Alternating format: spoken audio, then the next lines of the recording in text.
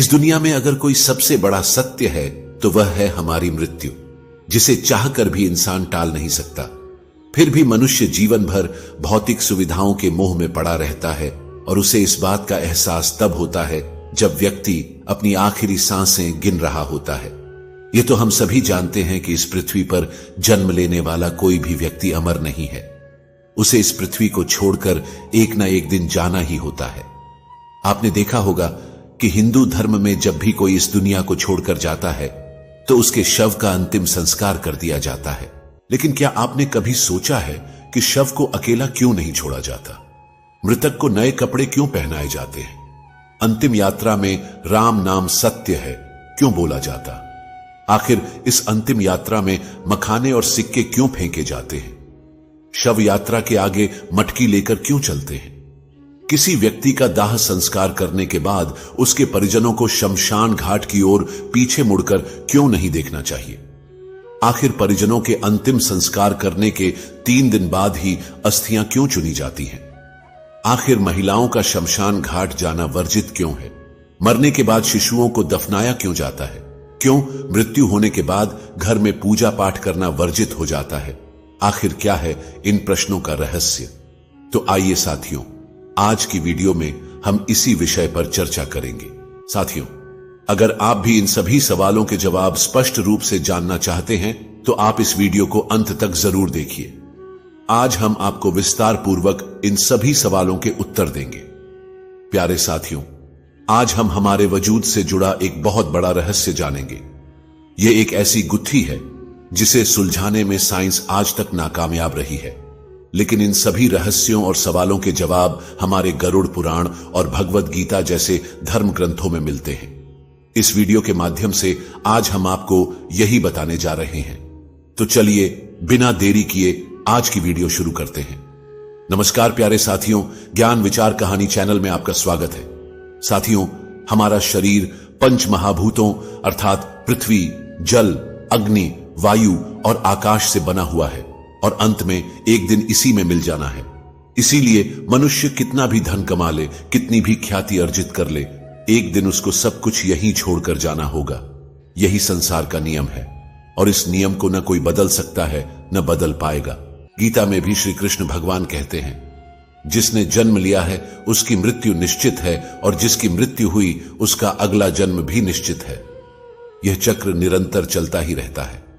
साथियों, आपने यह कहावत तो सुनी ही होगी, यह जीवन तो नश्वर है, यानी कि हम सबको एक न एक दिन इस मृत्यु लोक को छोड़कर जाना ही होगा। इसके बाद भी मनुष्य इस विषय पर बात करने से बचता है और मृत्यु शब्द से भी भय खाता है। शायद इसीलिए महाभारत काल में युधिष्ठिर ने यक्ष से कहा था, दुनिया का सबसे बड़ा आश्चर्य यही है कि मनुष्य रोज किसी न किसी को मरते हुए देखता है, लेकिन स्वयं अपने मरने के बारे में वह कभी नहीं सोचता, जबकि मौत तो एक दिन उसकी भी होनी ही है।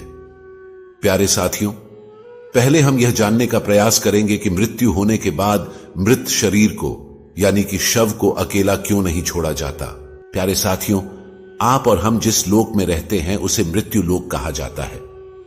मृत्यु लोक में मृत्यु के बाद अंतिम संस्कार से जुड़ी ऐसी कई बातें हैं जो हम नहीं जानते। मृत्यु लोक से मृत व्यक्ति के शव को विदा करने के कुछ नियम बनाए गए हैं, जिनका आधार आध्यात्मिक होने के साथ साथ वैज्ञानिक भी है। अगर आपने गौर किया हो तो यदि किसी व्यक्ति की मृत्यु सूर्यास्त के बाद होती है तो उसके परिजन रात बीतने का इंतजार करते हैं और अगले दिन जाकर ही शव को जलाते हैं। यदि शव को रात भर रखना पड़े तो उस दौरान जानकार लोग शव को अकेले नहीं छोड़ते, बल्कि कोई न कोई व्यक्ति शव के पास पूरी रात भर रहता है और सुबह दाह संस्कार पूर्ण होने तक शव की देखभाल करता है। प्यारे साथियों, पहले संक्षेप में यह जान लेते हैं कि किन परिस्थितियों में शव का दाह संस्कार नहीं करना चाहिए। गरुड़ पुराण में इस बात का भी स्पष्ट वर्णन है कि इन 3 स्थितियों में शव का दाह संस्कार उचित समय के लिए टाल देना चाहिए। पहली परिस्थिति, यदि व्यक्ति की मृत्यु सूर्यास्त के बाद होती है तो शव को रात भर घर में ही रखना चाहिए और अगले दिन सूर्योदय के बाद ही शव का दाह संस्कार करना चाहिए, अन्यथा आत्मा को सद्गति प्राप्त नहीं होती। दूसरी परिस्थिति, यदि किसी व्यक्ति की मृत्यु पंचक काल में होती है तो उस व्यक्ति के घर, परिवार, कुल या खानदान में 5 अन्य लोगों की भी मृत्यु हो सकती है। इसलिए धर्मशास्त्र के ज्ञानी इस समस्या के समाधान के रूप में आटे या पवित्र सूखी घास से 5 पुतले बनाते हैं और उन्हें शव के साथ ही अर्थी पर रखकर पूरे विधि विधान से पंचक दोष समाप्त करते हैं। इसके बाद ही अंतिम संस्कार किया जाता है। पंचक काल में अंतिम संस्कार किए जाने से आत्मा को मोक्ष प्राप्त नहीं हो सकता। तीसरी परिस्थिति, शव का अंतिम संस्कार तब नहीं करना चाहिए जब मृत व्यक्ति का पुत्र मुखाग्नि देने के लिए उपस्थित न हो और वह यात्रा करके पहुंचने वाला हो। पुराणों में इस बात को बहुत ही महत्वपूर्ण माना गया है कि यदि मुखाग्नि पुत्र के हाथों से दी जाए तो आत्मा को सद्गति प्राप्त होती है। साथियों, अब बिना देर किए यह भी जान लेते हैं कि मृत्यु के बाद शव को अकेला क्यों नहीं छोड़ना चाहिए। इसके पीछे क्या मान्यताएं और वैज्ञानिक तथ्य हैं? मृत्यु के बाद आत्मा 13 दिनों तक घर में निवास करती है। गरुड़ पुराण में बताया गया है कि मृतक का शव पूजनीय हो जाता है। ऐसे में दाह संस्कार से पहले शव को अकेला नहीं छोड़ा जाना चाहिए, अन्यथा यह आत्मा का अपमान होता है। गरुड़ पुराण में यह भी लिखा है कि यदि शव को चींटियां, कीड़े मकोड़े, कुत्ते या बिल्ली इत्यादि से हानि होती है तो ऐसे ही कष्ट आत्माओं को यमलोक के मार्ग में भी झेलने पड़ते हैं। इसलिए परिवारजनों की यह जिम्मेदारी बनती है कि मृतक के शरीर की सुरक्षा करें। रात के समय तामसिक शक्तियां अधिक प्रबल होती हैं। जब शरीर से आत्मा निकल जाती है तो शरीर निर्जीव हो जाता है। ऐसी स्थिति में अन्य बुरी शक्तियां शरीर को अपने वश में करने का प्रयास कर सकती हैं। इसकी संभावना को खत्म करने के लिए किसी व्यक्ति का मृतक के शरीर के पास रहना आवश्यक होता है। यदि वैज्ञानिक कारण की बात करें तो विज्ञान कहता है कि जिस क्षण आत्मा शरीर को छोड़कर अलग होती है उसी क्षण से शरीर का क्षय शुरू हो जाता है। इससे मृत शरीर से दुर्गंध आने लगती है। इस दुर्गंध को कम करने और वातावरण को धार्मिक बनाए रखने के उद्देश्य से मृत शरीर के आसपास अगरबत्ती, धूप और दीपक जलाए जाते हैं। ऐसा करने की जिम्मेदारी उस व्यक्ति की होती है जो शव की देखभाल करता है।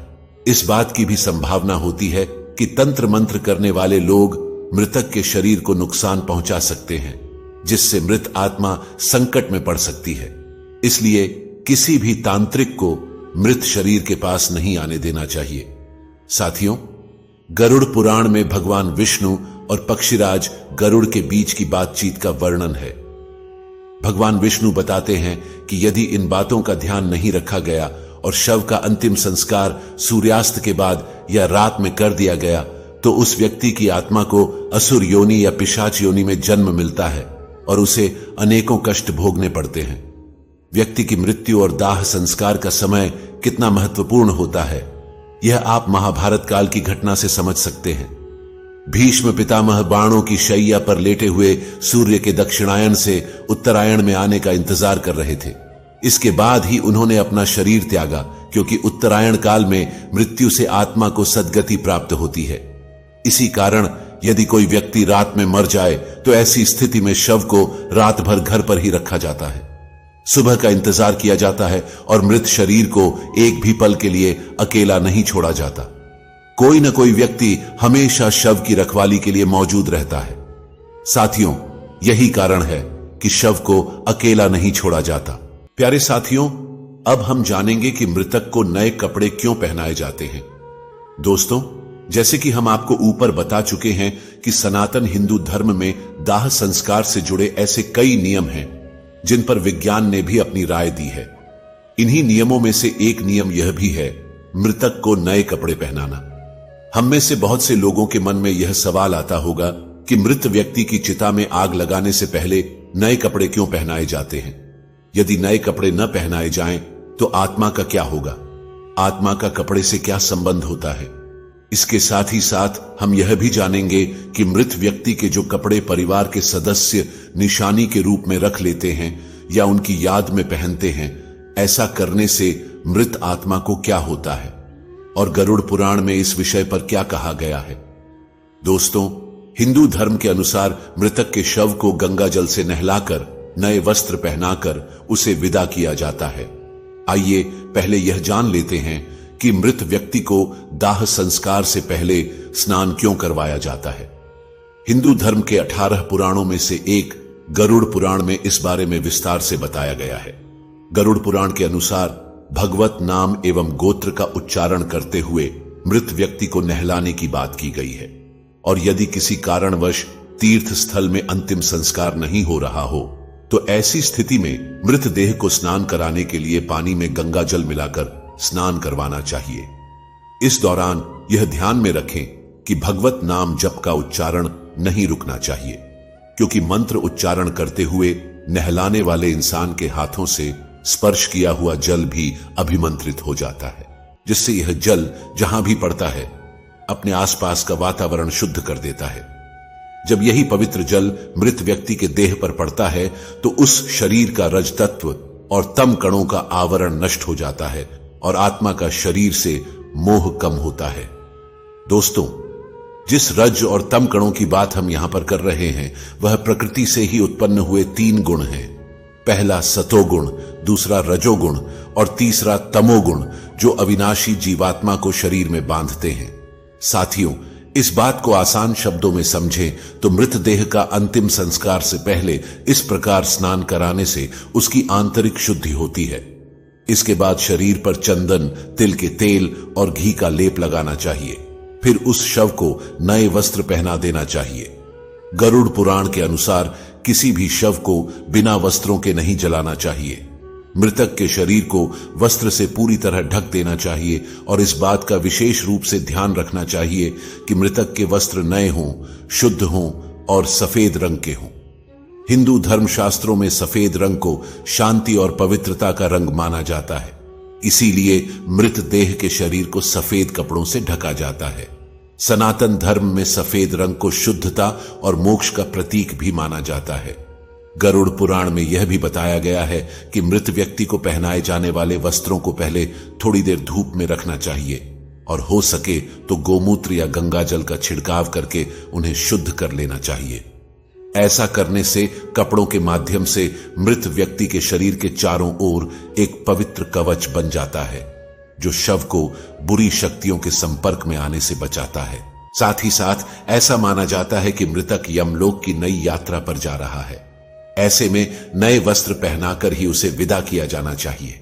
इसके बाद अंतिम संस्कार की विधि को आगे बढ़ाते हुए मृतदेह को चिता पर रख दिया जाता है और उसके ऊपर पुष्प, चंदन और 5 प्रकार की पवित्र लकड़ियों को रखकर मुखाग्नि दे दी जाती है। दोस्तों, दाह संस्कार के बाद अस्थियों की राख एवं अस्थियों को गंगा आदि पवित्र नदियों में प्रवाहित कर देना चाहिए। ऐसा करने से उस मनुष्य के सारे पाप धुल जाते हैं और उसकी आत्मा पाप मुक्त हो जाती है। आत्मा की शुद्धि और पाप मुक्ति के लिए ही मृतक के परिवार द्वारा नए कपड़े पहनाते हुए उसे आदर पूर्वक विदा किया जाता है और आत्मा की शांति के लिए प्रार्थना की जाती है। प्यारे साथियों, आइए अब हम आपको बताते हैं कि मृत व्यक्ति के कपड़े निशानी के तौर पर रखने से आखिर होता क्या है। दोस्तों, जब हमारा कोई अपना इस दुनिया से चला जाता है तो अक्सर हम उनकी वस्तुओं को उस व्यक्ति की याद के रूप में संभाल कर रख लेते हैं। इन वस्तुओं में आमतौर पर कपड़े और उस व्यक्ति की पसंदीदा चीजें भी होती हैं। कई बार ऐसा भी होता है कि मृतक के कपड़े उनके घर वाले पहन लेते हैं, लेकिन ऐसा कभी नहीं करना चाहिए। सनातन धर्म के अनुसार मृत व्यक्ति के कपड़े पहनने की सख्त पाबंदी है। मान्यता है कि मृतक की आत्मा का अपनी चीजों से जुड़ाव बना रहता है और मृतक के कपड़ों को पहनने से आत्मा का हमारी तरफ आकर्षण बढ़ता है, जिससे मोक्ष प्राप्ति में हानि होती है। ऐसा भी माना जाता है कि अगर कोई उस मृत व्यक्ति के कपड़े पहनता है तो वह उस व्यक्ति से जुड़ी यादों से बाहर नहीं आ पाता है। इसीलिए अगर हम किसी मृत व्यक्ति का सामान अपने इस्तेमाल में लाते हैं तो यह हमें मानसिक रूप से कमजोर बनाता है, क्योंकि हम उस व्यक्ति के न होने के दुखद क्षण को भूल नहीं पाते और वह व्यक्ति हमें बार बार याद आता रहता है। इसीलिए कहा जाता है कि आपको मृतक की कोई भी वस्तु या कपड़े आदि उपयोग की हुई चीजें इस्तेमाल में नहीं लानी चाहिए। इन्हें हमेशा दान कर देना चाहिए।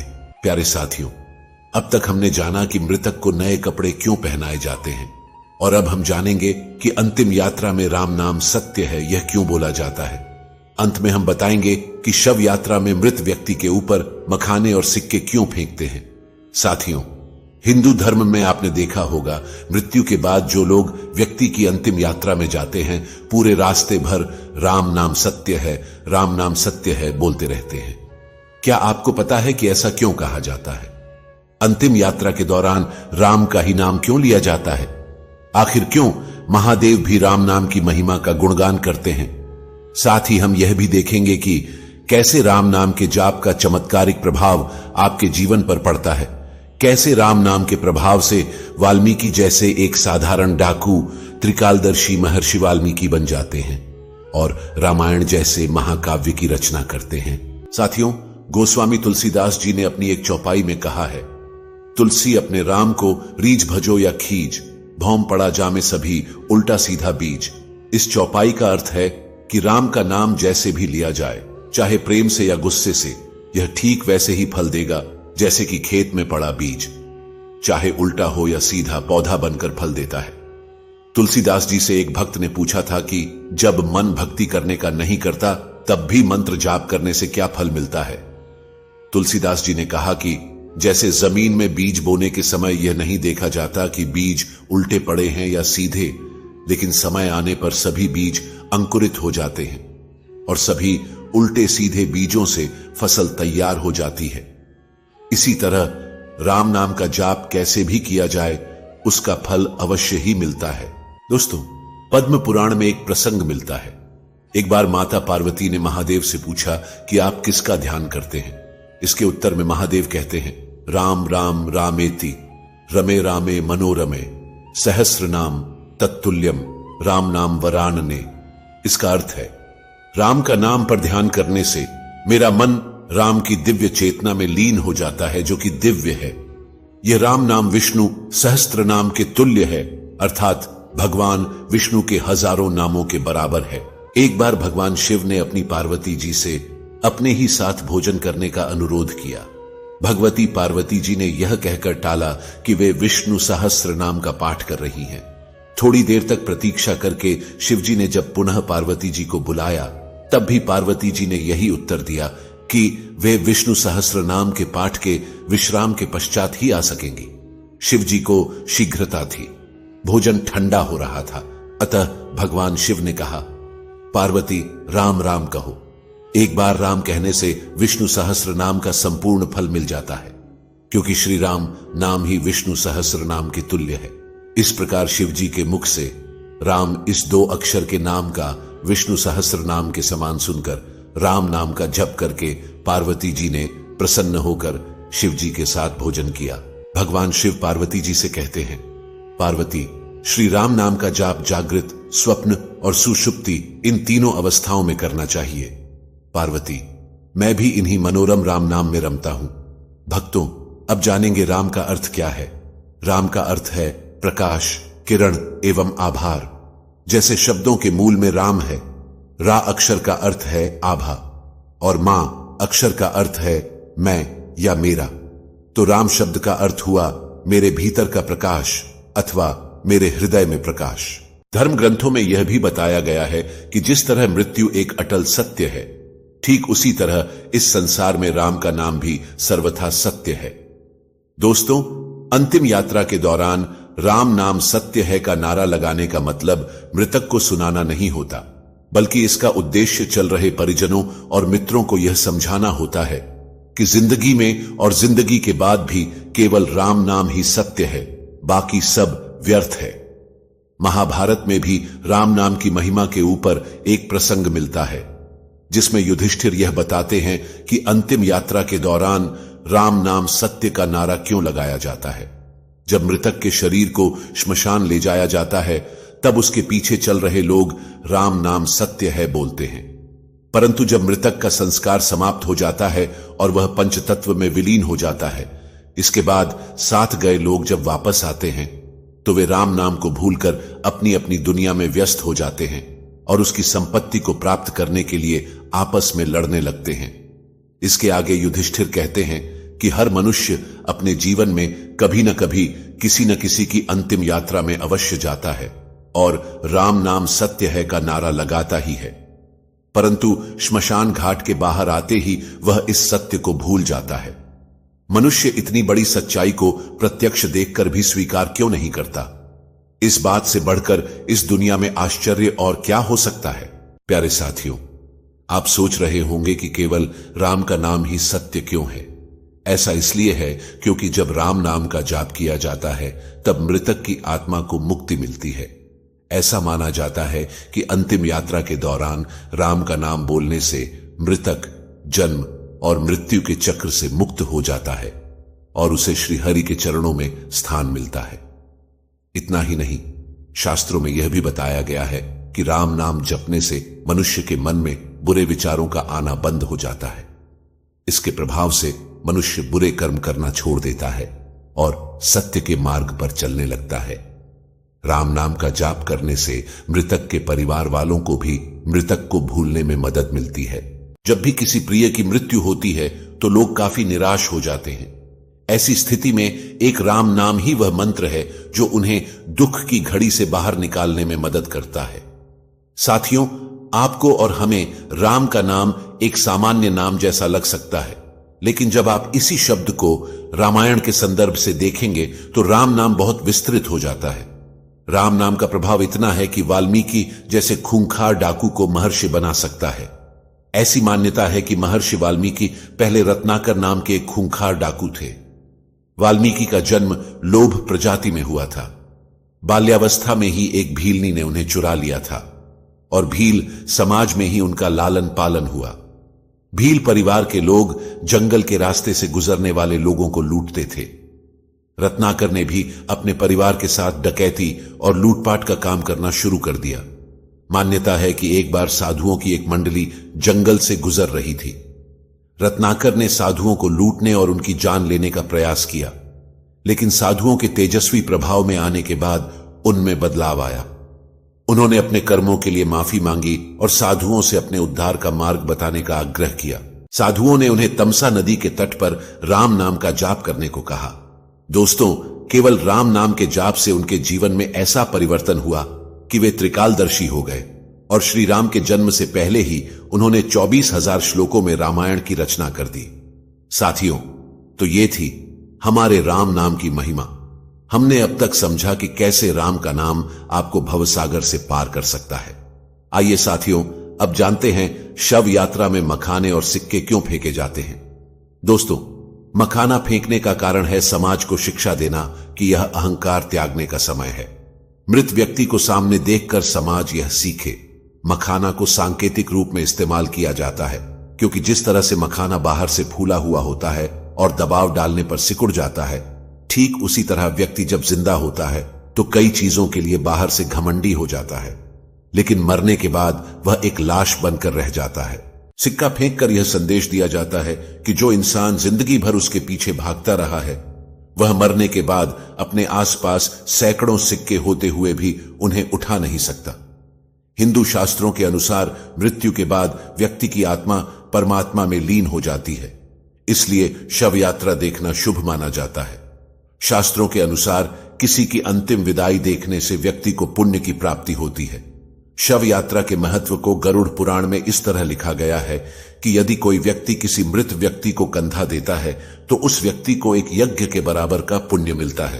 प्यारे साथियों, अब हम जानेंगे कि मृत व्यक्ति को श्मशान ले जाते समय उसकी अर्थी के आगे एक व्यक्ति मटके में क्या लेकर चलता है, जिसका संबंध मृत व्यक्ति की शादी के फेरों से कैसे होता है। इसके बाद आप जानेंगे कि मुखाग्नि देने से पहले पानी से भरे मटके को गिराकर तोड़ा क्यों जाता है तथा शव को जलाते समय उसके सर पर डंडा क्यों मारा जाता है।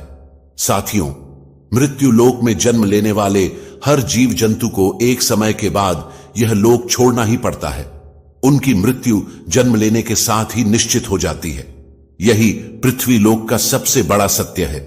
प्राणी की आयु क्षण प्रति क्षण घटती रहती है, लेकिन कितनी बड़ी विडंबना है कि मनुष्य इस सत्य को जानकर भी महसूस नहीं कर पाता। हर व्यक्ति को कल आने की उम्मीद बनी रहती है। हिंदू धर्म में व्यक्ति की मृत्यु के बाद शव का दाह संस्कार किया जाता है। हिंदू धर्म में जन्म से लेकर मृत्यु तक 16 संस्कार होते हैं और इनमें से सबसे अंतिम संस्कार है दाह संस्कार। जो व्यक्ति के मरने के बाद उसके परिजनों द्वारा किया जाता है। इस संस्कार के अंतर्गत वेदों में कई नियम बताए गए हैं जो मान्यता अनुसार आत्मा को मुक्ति दिलाने के लिए जरूरी होते हैं। ये नियम बड़े विचित्र हैं। अधिकतर लोगों को इसकी सही जानकारी नहीं होती, और अगर होती भी है तो आधी अधूरी। गरुड़ पुराण में बताए गए यह केवल मान्यताएं नहीं है, बल्कि इनका आधार आध्यात्मिक और वैज्ञानिक दोनों ही है। आजकल लोग इन रीति रिवाजों के पीछे छुपे कारण को नहीं जानना चाहते, और जो जानना चाहते हैं उन्हें सही जानकारी उपलब्ध नहीं हो पाती। आज हम आपको अंतिम संस्कार से जुड़े कुछ अजीबोगरीब नियम और मान्यताओं के बारे में बताएंगे, और साथ ही साथ उनका आध्यात्मिक और वैज्ञानिक कारण भी स्पष्ट करेंगे। दोस्तों, आज देखने को मिलता है कि हम में से कई लोग अपनी पुरानी मान्यताओं को अंधविश्वास मानते हैं और वैज्ञानिक तर्क देकर धर्म के किसी भी उल्लेख को नजरअंदाज कर देते हैं। पतली रस्सी में बंधी मटकी और उससे निकलता हुआ धुआं आपने भी हिंदू शव यात्राओं में देखा होगा। इस मटकी को हाथ में पकड़कर मृतक का कोई परिजन शव यात्रा में सबसे आगे चलता है। फिर शमशान घाट पहुंचकर इसी मटकी की अग्नि को घास पर रखकर सुलगा दिया जाता है और इसी से मृतक का दाह संस्कार किया जाता है। यानी कि घर से लाई गई इसी अग्नि से मृतक का शरीर जलाया जाता है।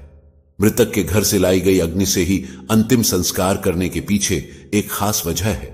दरअसल दूल्हा दुल्हन जिस अग्नि के फेरे लेकर वैवाहिक जीवन में प्रवेश करते हैं, उस अग्नि को मंत्रोच्चारण से घर में स्थापित कर दिया जाता है।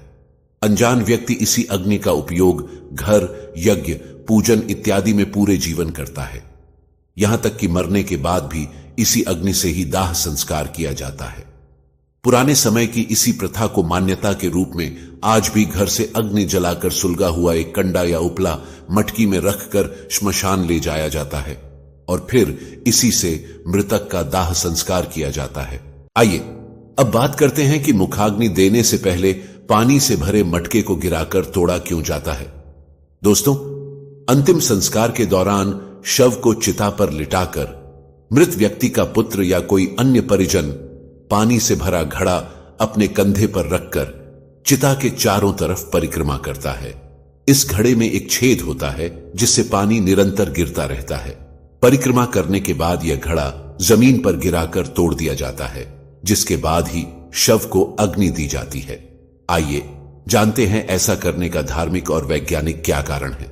दोस्तों, शास्त्रों के अनुसार हर चीज नश्वर है। सजीव से लेकर निर्जीव तक सभी एक निश्चित समय पर नष्ट हो जाते हैं। हिंदू धर्म के अनुसार जीवन एक छेद वाले घड़े की तरह है जिसमें आयु रूपी पानी हर पल टपकता रहता है, और ऐसे ही बूंद बूंद करके मटके से गिरते गिरते वह पानी कुछ ही समय में खत्म हो जाता है। ठीक वैसे ही जैसे किसी जीव की आयु भी एक निश्चित समय पर समाप्त हो जाती है। जब आयु खत्म हो जाती है तो निष्प्रभ से मोह टूटता है। दोस्तों, अगर आपको ऐसा लगता है कि इसके पीछे सिर्फ अंधविश्वास है तो आपको बता दें कि ऐसा बिल्कुल भी नहीं है। दरअसल इसके पीछे एक ठोस वैज्ञानिक कारण है। पुराने समय में श्मशान घाट नहीं हुआ करते थे। ऐसे में शव को खेतों में जलाया जाता था। मटके में पानी भरकर शव के चारों ओर घूमने के पीछे वैज्ञानिक कारण यह रहता था ताकि जब शव को जलाया जाए तो आग केवल उसी क्षेत्र में रहे, आगे ना फैले।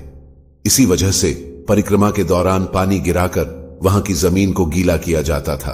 दोस्तों, अंतिम संस्कार से जुड़ा एक नियम और भी विचित्र है, जिसके अंतर्गत जब मृत व्यक्ति का शव चिता पर जल रहा होता है तो उसके सर पर जोर से डंडा मारा जाता है।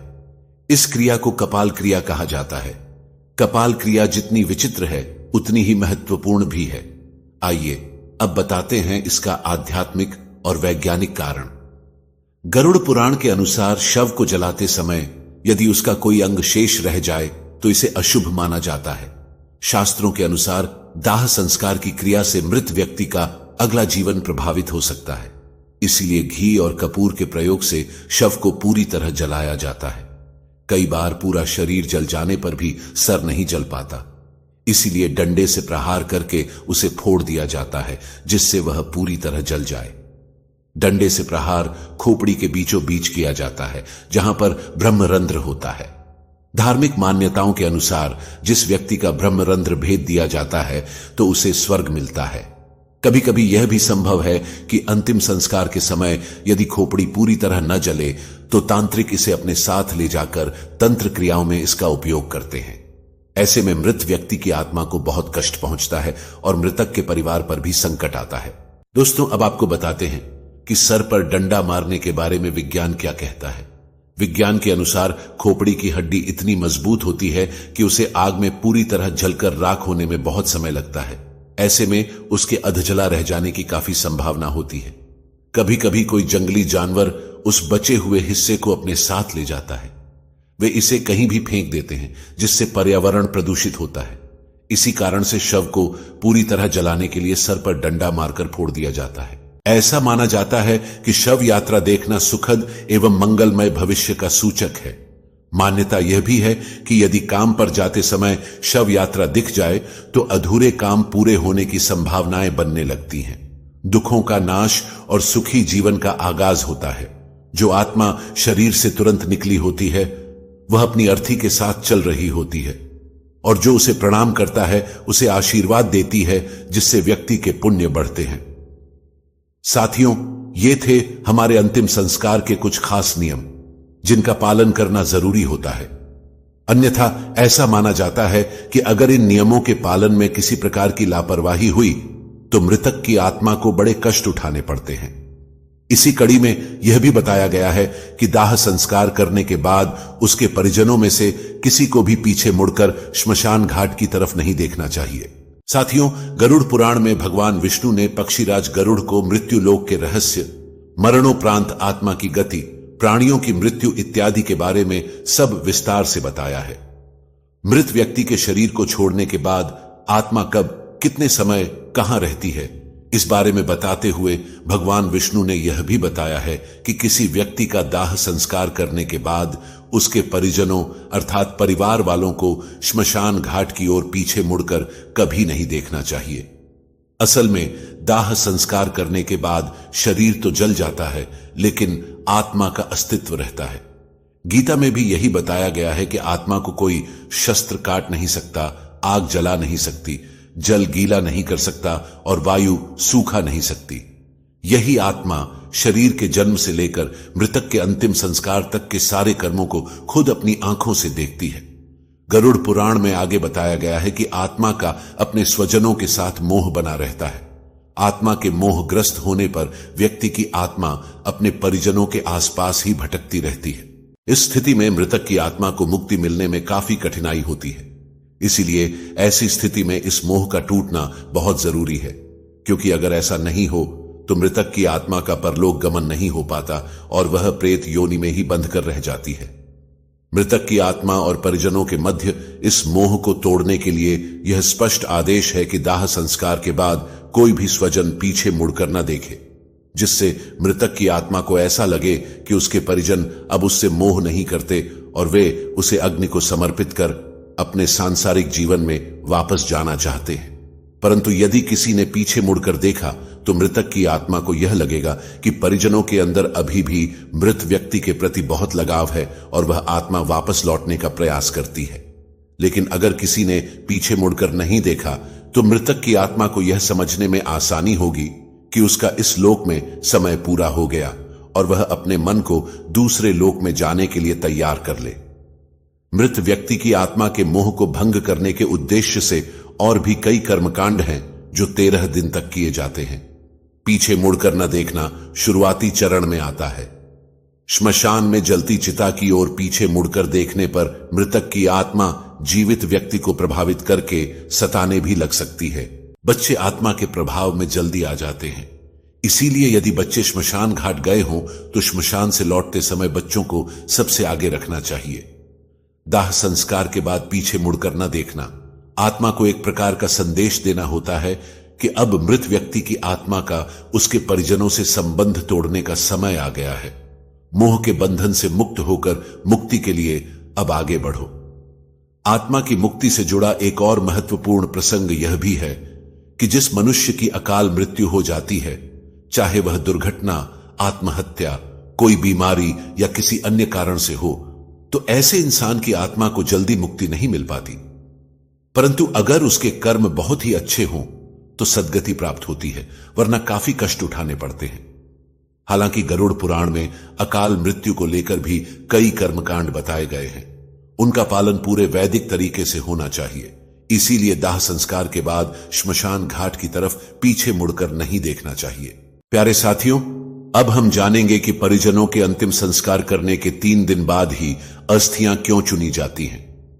अस्थि विसर्जन में समय का बहुत महत्व है और इसलिए दाह संस्कार के बाद अधिकतम तीसरे या चौथे दिन तक अस्थि विसर्जित कर देना ही उपयुक्त माना गया है। अब सवाल उठता है कि तीसरा या चौथा दिन ही क्यों, और अगर अस्थि विसर्जन तीसरे या चौथे दिन तक ना हो पाए तो क्या करें? दोस्तों, अस्थि विसर्जन किसी मृत व्यक्ति के दाह संस्कार के बाद किया जाने वाला एक अनुष्ठान है। इसका अर्थ होता है चिता में जल गए मृत व्यक्ति की हड्डियों और राख को जल में विसर्जित करना। शास्त्रों के अनुसार अस्थियों को पवित्र नदियों में ही विसर्जित करना चाहिए, जिसमें सबसे ज्यादा महत्व गंगा नदी का है। इसलिए हर साल करोड़ों की संख्या में लोग हरिद्वार और वाराणसी जैसे पुण्य स्थानों पर देश के हर कोने से अस्थि विसर्जन के लिए आते हैं। दोस्तों, अस्थियों का विसर्जन एक साधारण प्रक्रिया नहीं है। यह कार्य इतना महत्वपूर्ण है कि अगर इसे सही समय से सही नियम के साथ ना किया जाए तो आत्मा को मुक्ति नहीं मिलती।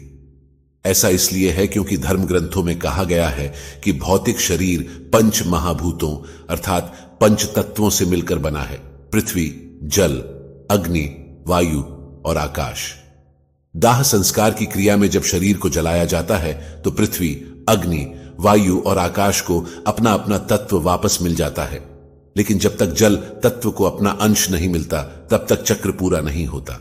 और इसीलिए यदि अस्थि विसर्जन सही समय या नियम से ना किया जाए तो आत्मा को मुक्ति नहीं मिलती और ना ही वह नया शरीर धारण कर पाती है। तो आइए जानते हैं अस्थि विसर्जन से जुड़े विशेष नियम क्या हैं। इसके साथ ही साथ हम आपको गरुड़ पुराण और अन्य धर्मशास्त्रों में लिखित गंगा नदी के महत्व और अस्थि विसर्जन के लिए सबसे उपयुक्त नदी होने का कारण भी बताएंगे। इतना ही नहीं, अस्थि विसर्जन नदियों में करने को लेकर विज्ञान क्या कहता है, आज हम ये भी जानेंगे। प्यारे साथियों, हमारे हिंदू धर्म के 18 पुराणों में से एक गरुड़ पुराण में मनुष्य के जन्म और मरण से संबंधित समस्त रहस्यों का वर्णन किया गया है। और इन्हीं विचित्र रहस्यों में है 3 दिन तक अस्थि संचयन करने का सही कारण। इसके अनुसार मृत्यु होने के दूसरे, तीसरे या चौथे दिन तक अस्थि संचयन अर्थात अस्थियों को इकट्ठा कर लेना चाहिए। इसके बाद इन अस्थियों का विसर्जन 10 दिनों के भीतर ही कर देना चाहिए। आज समाज के बहुत से लोग इसका पालन भी करते हैं, लेकिन इसके पीछे का असली रहस्य केवल कुछ लोगों को ही पता है। गरुड़ पुराण में स्पष्ट लिखा है कि जिस व्यक्ति ने चिता को आग लगाई हो उसे अस्थियों का संचयन चौथे दिन करना चाहिए, और अन्य लोग जिन्होंने चिता को मुखाग्नि नहीं दी है उन्हें अस्थियों का संचयन दूसरे या तीसरे दिन ही कर लेना चाहिए। धर्मशास्त्रों के अनुसार अंतिम संस्कार के 3-4 दिन के भीतर ही अस्थि एकत्रित कर लेना चाहिए, क्योंकि दाह संस्कार के दौरान मंत्रों के उच्चारण से अस्थियों में आकाश एवं तेज तत्वों की संयुक्त ऊर्जा विद्यमान हो जाती है। इसका प्रभाव 3-4 दिनों के उपरांत कम होने लगता है, जिससे अस्थियों के चारों ओर निर्मित सुरक्षा कवच की क्षमता भी कम पड़ने लगती है। ऐसे में अनिष्ट शक्तियां या प्रेतात्माएं जो श्मशान घाट में विचरण करती रहती हैं, अस्थियों पर कब्जा करके जीव को कष्ट देती हैं, और ऐसा भी संभव है कि वह अनिष्टकारी शक्तियां उसके माध्यम से मृतक के परिजनों को भी कष्ट देने का प्रयत्न करें। इसलिए ऐसी स्थिति उत्पन्न होने से पहले ही अस्थियों को श्मशान घाट से हटा लिया जाता है। लोगों का मानना है कि जिस व्यक्ति ने मुखाग्नि दी होती है उसे श्मशान या अन्य अपवित्र स्थानों पर नहीं जाना चाहिए, क्योंकि वहां अनिष्टकारी शक्तियां उसको नुकसान पहुंचा सकती हैं। इसलिए आजकल आप लोगों ने भी देखा होगा कि मृतक के परिजन चिता की अग्नि शांत होते ही राख और अस्थियां लेकर घर लौट जाते हैं, जो कि व्यावहारिक दृष्टिकोण से सही भी लगता है। इसका एक कारण यह भी है कि आजकल श्मशान घाट पर एक के बाद एक कई चिताएं जलाई जाती हैं। लोगों को चिता जलाने के लिए जगह ही नहीं मिलती। इसलिए संभव है कि यदि चिता की राख को 3 दिन तक छोड़ दिया जाए तो शायद 3 दिन बाद ना तो अस्थियां मिलेंगी और ना ही राख, और अगर राख मिल भी गई तो वह आपके परिजन की है या किसी और व्यक्ति की राख से मिल गई है, यह पता ही नहीं चलेगा। इसलिए पुराने समय में अस्थि संचयन के लिए 3-4 दिन इंतजार करने की बात तो ठीक है, लेकिन आज के परिप्रेक्ष्य में ऐसा कर पाना थोड़ा मुश्किल जरूर है। लेकिन दोस्तों, अस्थियां एकत्रित करने से पहले यह जान लेना जरूरी है कि जहां शव को अग्नि दी गई थी, अस्थियों को वहां से लाने से पहले विधिवत पूजा करना अनिवार्य है। फिर अस्थियों का संचयन करके उसे मिट्टी के पात्र में रखकर सफेद कपड़े से ढककर गंगा घाट ले जाना चाहिए। इसके पश्चात अस्थियों को दूध एवं जल से धुलकर चंदन लगाकर एक दोने में रखकर गंगा जी में विसर्जित कर देना चाहिए। जिस मृत प्राणी की अस्थि 10 दिन के अंतर्गत गंगा में विसर्जित हो जाती है, उसका ब्रह्मलोक से कभी भी पुनरागमन नहीं होता। गंगा जल में मनुष्य की अस्थि जब तक रहती है, उतने 1000 वर्षों तक वह स्वर्गलोक में विराजमान रहता है। एक बात और है जो आपको ध्यान में रखना चाहिए। जिस दिन अंतिम संस्कार किया गया हो, उस दिन से लेकर अगले 13 दिनों तक, जब तक आत्मा के निमित्त किए जाने वाले श्राद्ध और पिंडदान पूरा नहीं हो जाता, तब तक घर में पवित्रता का वातावरण बनाकर रखना चाहिए। मुख्य रूप से उस व्यक्ति को जिसने चिता को मुखाग्नि दी हो। इस अशौच काल के दौरान घर में पूजा पाठ या कोई मांगलिक कार्यक्रम इत्यादि नहीं किया जाना चाहिए। इसके साथ ही घर के सारे सदस्यों को शारीरिक संबंध बनाने से भी दूर रहना चाहिए। इस दौरान मृतक को शुद्धता से बनाए गए उसकी रुचि का खाना और पानी पूरे 13 दिनों तक पीपल के पेड़ में बंधे मिट्टी के बर्तन में हर रोज देना चाहिए। इसके अलावा यह भी बताया गया है कि मृत्यु के दिन से 10 दिन तक किसी योग्य ब्राह्मण से गरुड़ पुराण सुनना चाहिए, और यह पाठ उसी स्थान पर करें जहां अंतिम बार मृत व्यक्ति के शव को रखा गया था। साथ ही इसका भी ध्यान रखें कि यह पाठ सूर्यास्त से पहले ही खत्म हो जाए। धर्मशास्त्रों के अनुसार यदि किसी कारण अस्थि विसर्जन 10 दिनों तक ना हो पाया हो, तो अस्थि विसर्जन तीर्थ श्राद्ध पूर्ण होने के बाद ही किया जाना चाहिए। चलिए अब जानते हैं कि गंगा जैसी पवित्र नदियों में ही अस्थियों को विसर्जन क्यों किया जाता है। दोस्तों, मां गंगा में अस्थियों के विसर्जन को लेकर कई कथाएं प्रचलित हैं। इससे जुड़ी पौराणिक मान्यताओं की एक कहानी आप में से कुछ लोगों को शायद पता होगी। अगर नहीं तो आइए जानते हैं। इस पौराणिक कथा के अनुसार राजा शांतनु और मां गंगा का विवाह हुआ। जब मां गंगा से राजा के पुत्र पैदा हुए तो एक एक करके पूरे 7 पुत्रों को माता गंगा ने गंगा नदी में प्रवाहित कर दिया। राजा यह सब देखकर भी वचन में बंधे होने के कारण मां गंगा को नहीं रोक सके। लेकिन जब 8वें पुत्र की बारी आई तो उन्होंने ऐसा करने की वजह पूछी, जिस पर मां गंगा ने उत्तर दिया कि जिन 7 बच्चों को उन्होंने गंगा नदी में प्रवाहित किया था, वे सब देवता थे जो श्राप के कारण मृत्यु लोक में जन्मे थे। उनके उद्धार के लिए गंगा नदी में विसर्जित करना ही एकमात्र उपाय था। इसी मान्यता के अनुसार अस्थियों को गंगा नदी में विसर्जित किए जाने का प्रचलन शुरू हुआ। विज्ञान के अनुसार अस्थि विसर्जन नदियों में होने के कुछ लाभ भी हैं। इससे जल को पोषक तत्व मिलते हैं, मृदा की उर्वरा शक्ति बढ़ती है जो खेती के लिए अच्छा है। अस्थि विसर्जन से पानी की गुणवत्ता में भी सुधार होता है। तो दोस्तों, आशा है कि आपको यह बात समझ में आ गई होगी कि धर्म ग्रंथों में अस्थियों का संचयन 3 दिन के अंदर ही किए जाने के लिए क्यों कहा गया है, और फिर उन अस्थियों को गंगा नदी में ही प्रवाहित करने को इतना महत्व क्यों दिया गया है। प्यारे साथियों, आज के लिए बस इतना ही। उम्मीद करते हैं हमारे द्वारा दी गई जानकारी आपको पसंद आई होगी। साथियों, अगर यह वीडियो आपको पसंद आई हो तो लाइक और शेयर जरूर कीजिएगा। अगर आपने हमारे चैनल को सब्सक्राइब नहीं किया है तो जरूर करिए। फिर मिलेंगे साथियों अगले वीडियो में एक नई सीख के साथ। तब तक के लिए अपना ख्याल रखिए और हमेशा मुस्कुराते रहिए। और हां, वीडियो को अंत तक देखने के लिए आपका बहुत बहुत धन्यवाद। जय श्री राधे कृष्ण।